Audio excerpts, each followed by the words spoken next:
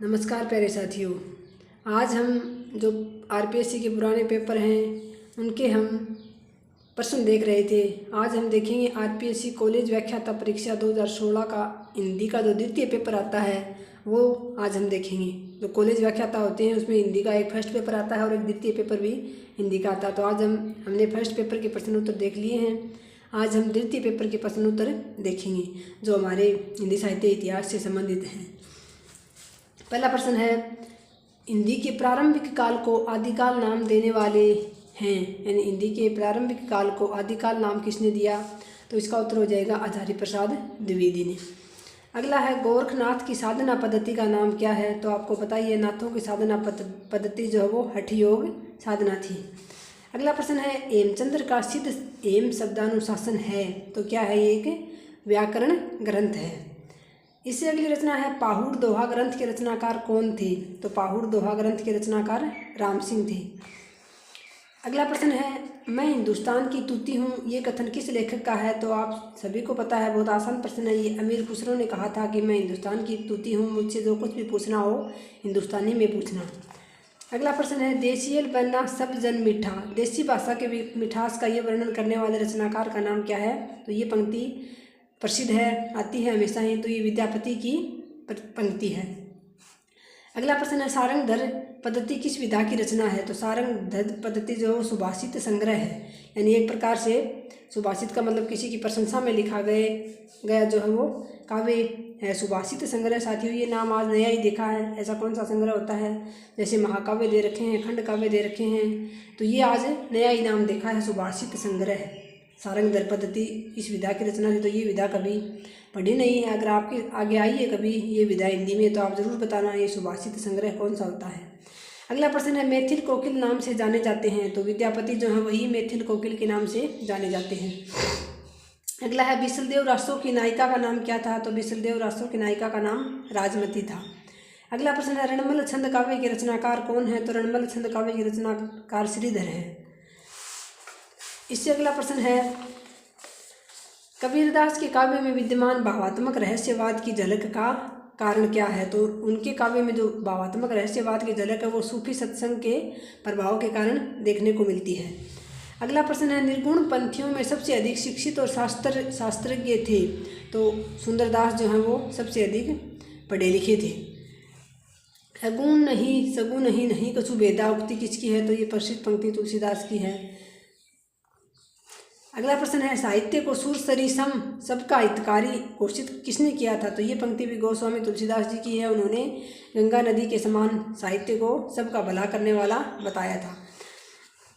अगला प्रश्न है, बरवे रामायण के नामकरण का आधार है, तो बरवे छंद जो इसमें लिखा गया, बरवे छंद में लिखा गया है, इसलिए इसका नाम बरवे रामायण पड़ा।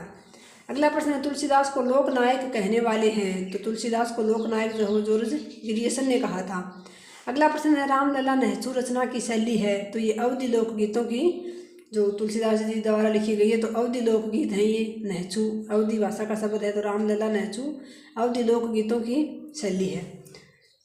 अगला प्रश्न है, सूरसागर का सबसे मर्म स्पर्शी और वाक व दग्धपूर्ण अंश है, तो ये सभी को पता है, भ्रमर गीत जो है सूरसागर का सबसे प्रसिद्ध प्रसंग है और सबसे मर्म स्पर्शी और वाक व दग्धपूर्ण अंश है। अगला प्रश्न है, और सब गढ़ैया नंददास जड़िया उक्ति में नंददास की किस विशेषता की ओर संकेत किया गया है? तो इसका उत्तर है नंददास का शब्द प्रयोग। नंददास जी ने जड़िया यानी शब्दों को इस प्रकार से जड़ जड़ की रचनाएं लिखी थी अच्छे से, इसलिए उनको जड़िया कवि कहा जाता है। जड़िया कवि कहने के पीछे का कारण है नंददास जी द्वारा किए गए शब्द प्रयोग अपने काव्य में। अगला प्रश्न है, मीराबाई की उपासना पद्धति थी, तो मीराबाई की उपासना पद्धति सभी को पता है माधुर्य भाव की थी। अगला प्रश्न है, भूषण बिन न विराजई कविता वनिता मीत, उक्ति में कवि केशव ने अपनी कैसी अभिरुचि प्रकट की है? तो उन्होंने अलंकार प्रियता की अभिरुचि प्रकट की है। अगला प्रश्न है, ऋतु वर्णन करने वाले कवियों में सर्वश्रेष्ठ कहे गए हैं, तो ये सेनापति जो है ऋतु वर्णन करने में माहिर थे। अगला प्रश्न है, आचार्य रामचंद्र शुक्ल रीतिकाल का प्रथम आचार्य किसे मानते हैं? तो आचार्य रामचंद्र शुक्ल जो है वो चिंतामणि को रीतिकाल का प्रथम आचार्य स्वीकार करते हैं। बाकी वैसे केशवदास को माना जाता है, लेकिन आचार्य शुक्ल का नाम देके पूछा है तो चिंतामणि को इन्होंने रीतिकाल का प्रथम आचार्य माना था। महाराज जसवंत सिंह के द्वारा रचित लक्षण ग्रंथ कौन सा है? तो भाषाभूषण महाराज जसवंत सिंह के द्वारा लिखा गया लक्षण ग्रंथ है। अली कली ही सो बंध्यो आगे कौन हवाल, उक्ति में कवि बिहारी का कौन सा रूप प्रकट हुआ है?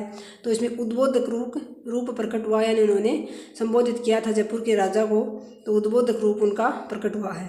अगला प्रश्न है, जयपुर नरेश जगत सिंह के आश्रय में रहते हुए पद्माकर ने कौन सा लक्षण ग्रंथ लिखा था? तो जगत विनोद जो है वो उन्होंने पद्माकर जी की रचना है, जो जयपुर नरेश जगत सिंह के आश्रय में रहकर लिखी थी। अगला प्रश्न है, रामचंद्र शुक्ल ने पद्माकर की भावमूर्ति विदायनी कल्पना की प्रशंसा क्यों की है? यानी रामचंद्र शुक्ल ने पद्माकर की भावमूर्ति विदायनी कल्पना की प्रशंसा क्यों की है? तो इसके पीछे भाषा की ललित पदावली थी उनकी, ललित पदावली के कारण, लाक्षणिक शब्दों की छटा के कारण, सुंदर कोमल भाव तरंग के कारण और इन तीनों गुणों से युक्त शैली के कारण, यानी तीनों ही गुणों से युक्त उनकी शैली थी। इसलिए शुक्ल ने पद्माकर की जो कल्पना, भावमूर्ति विदायनी कल्पना जो उसकी प्रशंसा की। यानी पद्माकर के लेखन कार्य में थी कि उनकी ललित पदावली का उन्होंने प्रयोग किया था, लाक्षणिक शब्दों की छटा थी उनके काव्य में और सुंदर कोमल भाव तरंग के कारण। अगला प्रश्न है, किशनगढ़ के भक्त कवि महाराज सावंत सिंह साहित्य के क्षेत्र में किस नाम से जाने जाते हैं? तो नागरीदास के नाम से जाने जाते हैं। अगला प्रश्न है, भारतेंदु के हिंदी योगदान का स्वरूप है? तो इनमें सभी साधनों के माध्यम से उन्होंने समय रचनाएं लिखी, समाचार पत्र निकाले और भारतेंदु मंडल का गठन किया था। उन्होंने अपने जो युग के कवि या लेखक थे नए, उनके सहयोग के लिए भारतेंदु मंडल का गठन भी किया था। तो ये सारी ही जो विशेषताओं के कारण उनको हिंदी के योगदान का स्वरूप है, हिंदी के की विकास में उन्होंने योगदान दिया था। अगला प्रश्न है, हिंदी को आर्य भाषा कहकर प्रयोग और प्रचार का विषय बनाने वाले थे? तो महर्षि दयानंद सरस्वती जो हैं उन्होंने हिंदी को आर्य भाषा कहा था और उनका प्रचार प्रसार किया था। अगला प्रश्न है, हिंदी भाषा के परिमार्जित रूप को निर्धारित करने वाली पत्रिका का नाम क्या है? तो सरस्वती जो मासिक पत्रिका थी उसने ही भाषा, जो हिंदी भाषा है उसके रूप को परिमार्जित किया था, यानी मानक भाषा सरस्वती पत्रिका के माध्यम से ये आई थी। शुद्ध भाषा का प्रयोग सरस्वती पत्रिका में ही होता था।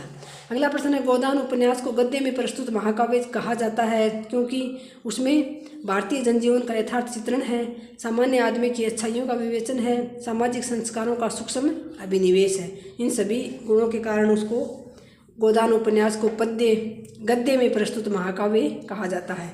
अगला प्रश्न है, यशपाल के झूठा सच उपन्यास की लोकप्रियता का कारण क्या है? तो उसमें भारत विभाजन की वेदना की यथार्थ प्रस्तुति है, यानी भारत विभाजन की जो त्रासदी है उसको उन्होंने सच्चाई के रूप में, यथार्थ के रूप में प्रस्तुत किया है झूठा सच उपन्यास में यशपाल ने। अगला प्रश्न है, पुरस्कार कहानी किसकी रचना है? तो पुरस्कार कहानी आप सभी को पता है, फर्स्ट ग्रेड में है भी ये कहानी, तो जयशंकर प्रसाद जी की ये प्रसिद्ध कहानी है।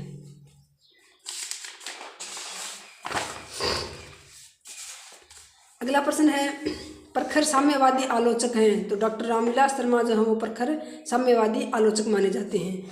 इससे अगला प्रश्न है, शिवशंभु का चिट्ठा नामक व्यंग्यार्थ निबंध के लेखक हैं? तो बालमुकुंद गुप्त जो हैं वो शिवशंभु चिट्ठा नामक व्यंग्यात्मक निबंध लिखते हैं। अगला प्रश्न है, हरियोधकृत उस महाकाव्य का नाम लिखिए जिसमें संस्कृत छंदों का प्रयोग हुआ है? तो हरियोध का प्रसिद्ध महाकाव्य जो है प्रिय प्रवास ही है, इसमें इन्होंने संस्कृत के छंदों का प्रयोग किया है। अगला प्रश्न है, इमाद्री तुंग श्रृंग से प्रबुद्ध शुद्ध भारती ए स्वयं प्रभा समुज्वला स्वतंत्रता पुकारती, ये परियाण गीत कहाँ से लिया गया है? तो ये जो है चंद्रगुप्त जो नाटक है जयशंकर प्रसाद का, उससे लिया गया है। अगला प्रश्न है, क्या भूलूं क्या याद करूं कृति के रचनाकार हैं? तो हरिवंश राय बच्चन की जो 4 भागों में उनकी आत्मकथा प्रकाशित हुई है उसका ये एक भाग है।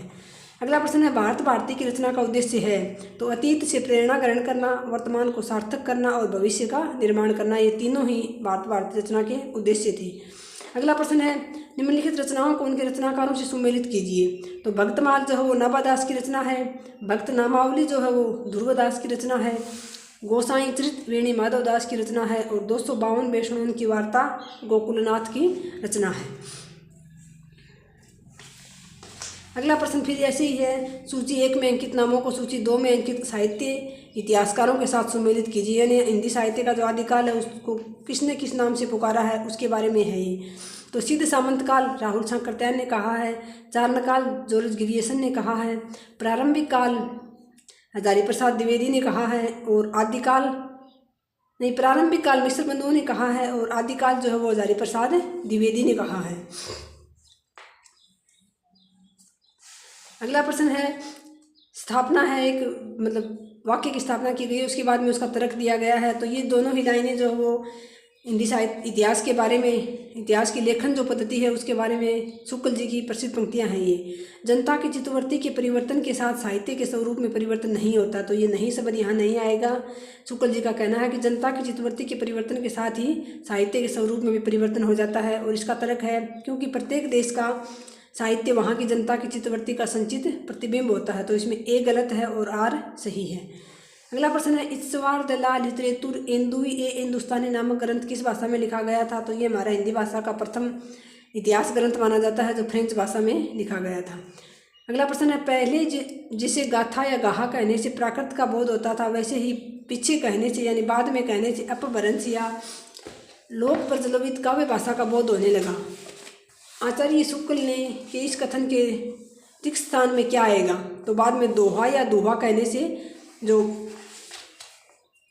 पहले जैसे गाथा या गाहा कहते थे तो उसे प्राकृत भाषा का बोध होता था कि गाथा या गाहा जो हो प्राकृत भाषा का छंद था, वैसे ही बाद में अपभ्रंश या लोक जो प्रचलित काव्य भाषा थी उसमें दोहा या दोहा का प्रयोग होने लगा। तो ये शुक्ल जी का प्रसिद्ध कथन है। अगला प्रश्न है, निम्नलिखित में से किस विद्वान ने सरहपाद को हिंदी का प्रथम कवि माना है? तो राहुल साकृत्यायन जो है इन्होंने सरहपाद को हिंदी का प्रथम कवि माना है। अगला प्रश्न है, आचार्य शुक्ल ने रासो शब्द का संबंध किससे माना है? तो रसायन शब्द से आचार्य शुक्ल ने रासो शब्द का संबंध माना है।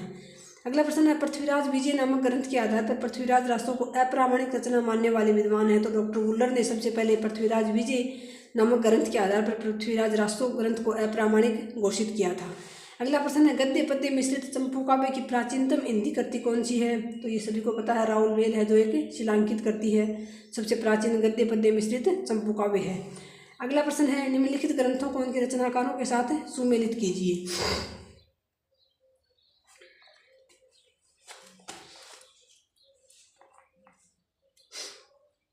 तो इसमें बीसल देव रासो जो है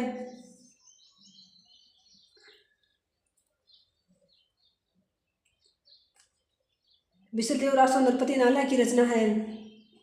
खालिक बारी जो है वो अमीर खुसरो की रचना है। और भरतेश्वर बाहुबली रास जो रचना है वो शालिभद्र सूरी की रचना है। और दोहा कोश सरहपाद की रचना है। इस प्रकार से इनका मिलान करना है। बाकी आज के 50 प्रश्न हो गए हैं साथियों। इससे आगे के 50 प्रश्न जो है वो हम अगले पार्ट में करेंगे, वीडियो थोड़ा सा बड़ा हो जाता है। बाकी आप अपना अभ्यास करते रहिए, इन पुराने प्रश्नों के माध्यम से आपका मूल्यांकन भी होता रहेगा और आपकी तैयारी भी अच्छी होती रहेगी। बाकी आपको लगातार अपने जो भी आपका सिलेबस है उसका आपको रिवीजन करते रहना है लगातार, और इन वीडियोज़ को साथ साथ अभ्यास के लिए देखना है। वीडियो देखने के लिए आपका बहुत बहुत धन्यवाद। जय हिंद, जय भारत।